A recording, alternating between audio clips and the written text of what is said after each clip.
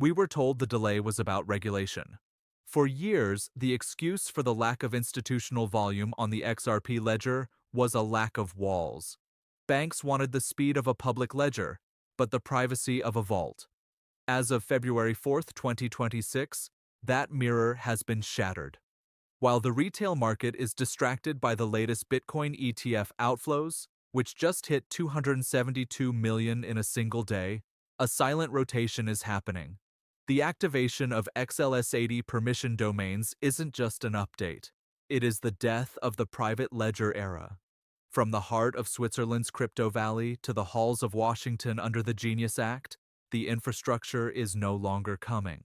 I am the calm analyst, and today we decode why Ripple's expansion into Switzerland and the activation of institutional privacy are the two final pieces of a puzzle that is about to change everything for XRP holders.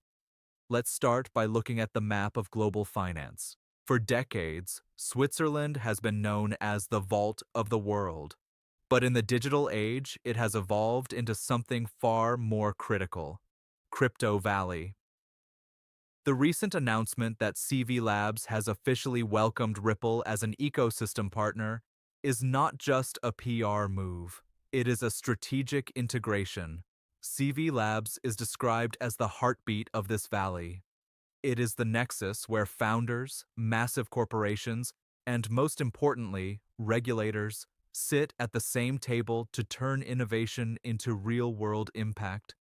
They are integrating a regulated, institutionally trusted blockchain infrastructure directly into the European financial nervous system. But this partnership didn't happen in a vacuum. It coincides with a massive strengthening of Ripple's European footprint. Let's look at the hard data regarding compliance. Ripple has secured its EMI license, Electronic Money Institution in Luxembourg. This is the gateway to the entire European Union banking sector. They have achieved full crypto asset registration with the UK's Financial Conduct Authority. In total, Ripple now holds more than 75 regulatory licenses globally. Think about that number for a second. While other projects are still hiring lawyers to figure out if they are a security or a commodity, Ripple has already built a 75 license fortress around its operations. This level of preparation forces even the skeptics to respect the strategy. As former CFTC chairman Chris John Carlo, Crypto Dad himself, recently admitted, we all have to tip our hat to XRP. Ripple was the poster child for the Gendler-Warren attack on crypto. They took the heat. They stood their ground when others ran. And now in 2026, they aren't just standing. They are the most perseverant and compliant player on the board. This network of licenses means one thing for us: more rails. And more rails mean more utility for XRP to run on. Now we need to talk about the competition. For a long time, the narrative has been that the Canton network is the XRP killer. Why? Because Canton offers privacy by design. Institutions like JP Morgan don't want their trade secrets or client data visible on a public ledger. That is a fact. And that is why they built private chains like Kexis. But Ripple didn't ignore this. They solved it. With the activation of the Permission Domains Amendment on the XRP ledger mainnet, Ripple has officially bridged the gap. We now have controlled environments living directly within the broader XRP ledger ecosystem. Think about what this means. Canton offers privacy, but isolates liquidity. Old XRP ledger offered liquidity, but lacked privacy. The new XRP ledger post-upgrade offers both.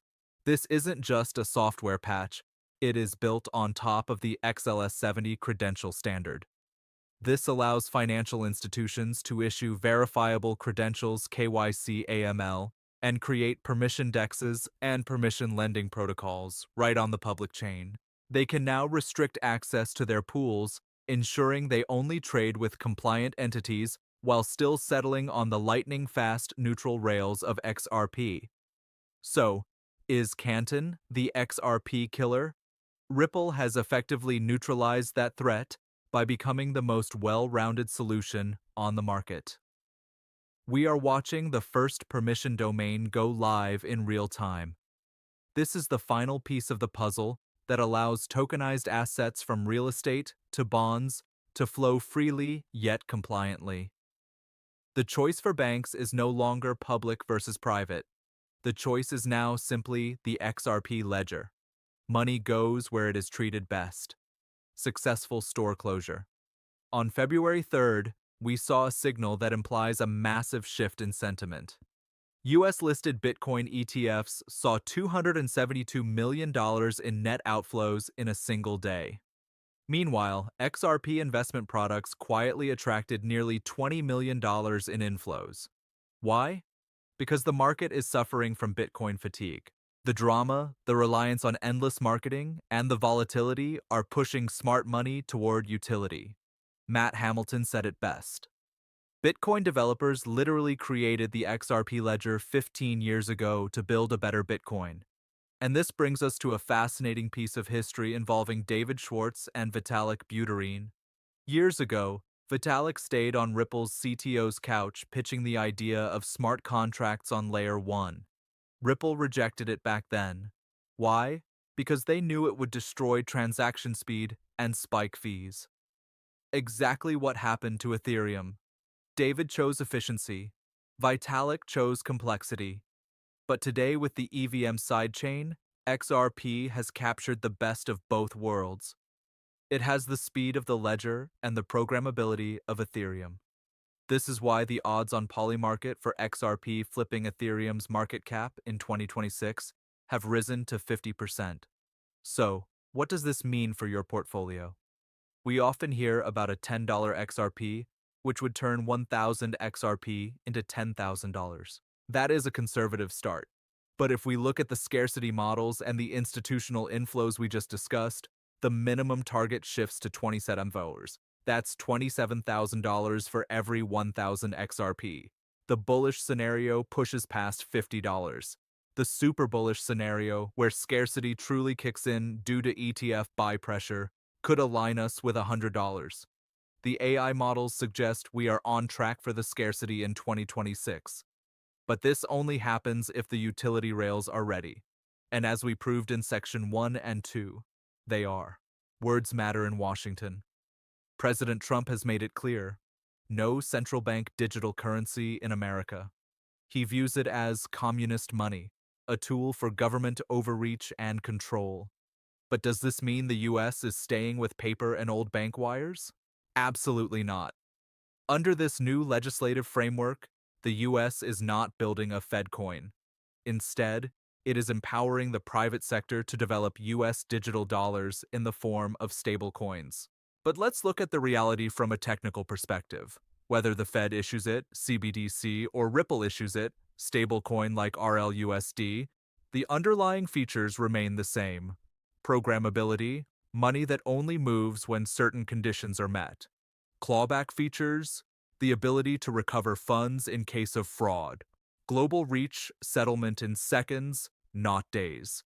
This is why the infrastructure Ripple has built for over a decade is so vital. The Fed may not issue a CBDC, but they are creating the regulations that allow stable coins to act as the primary medium for global payments.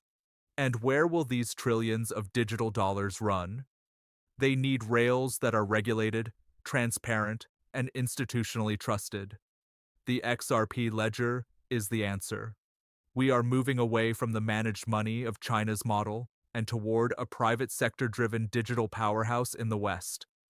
Stablecoins are the bridge that connects the old financial system to the new digital reality. And with the permission domains we discussed earlier, these digital dollars can now flow safely through the XRP ledger without ever touching non-compliant hands. From the Crypto Valley in Switzerland to the Genius Act in Washington, the rails are being laid down. The privacy barriers have been broken with XLS 80, and the institutional floodgates are beginning to creak open. Is XRP going to flip Ethereum? The data says the odds are 50-50. Is scarcity coming in 2026? The AI models say we are right on track. But at the end of the day, this isn't about luck. It's about being on the right side of history. It's about recognizing that the better Bitcoin was built 15 years ago, and it's finally ready to take its throne. Don't let the noise of the day steal your vision for the decade. Stay patient, stay positive, and remember, we don't just hope for wealth, we plan for it. In a market fueled by emotion and noise, we thrive on data and composure. Remember, haste leads to loss, while calm analysis leads to victory. Thank you for your trust, and thank you for being part of this rational community. Thank you for being part of this rational community. Stay patient, stay rational, stay rational. And as we always do, we don't wait for the future, we plan for it. Stay safe.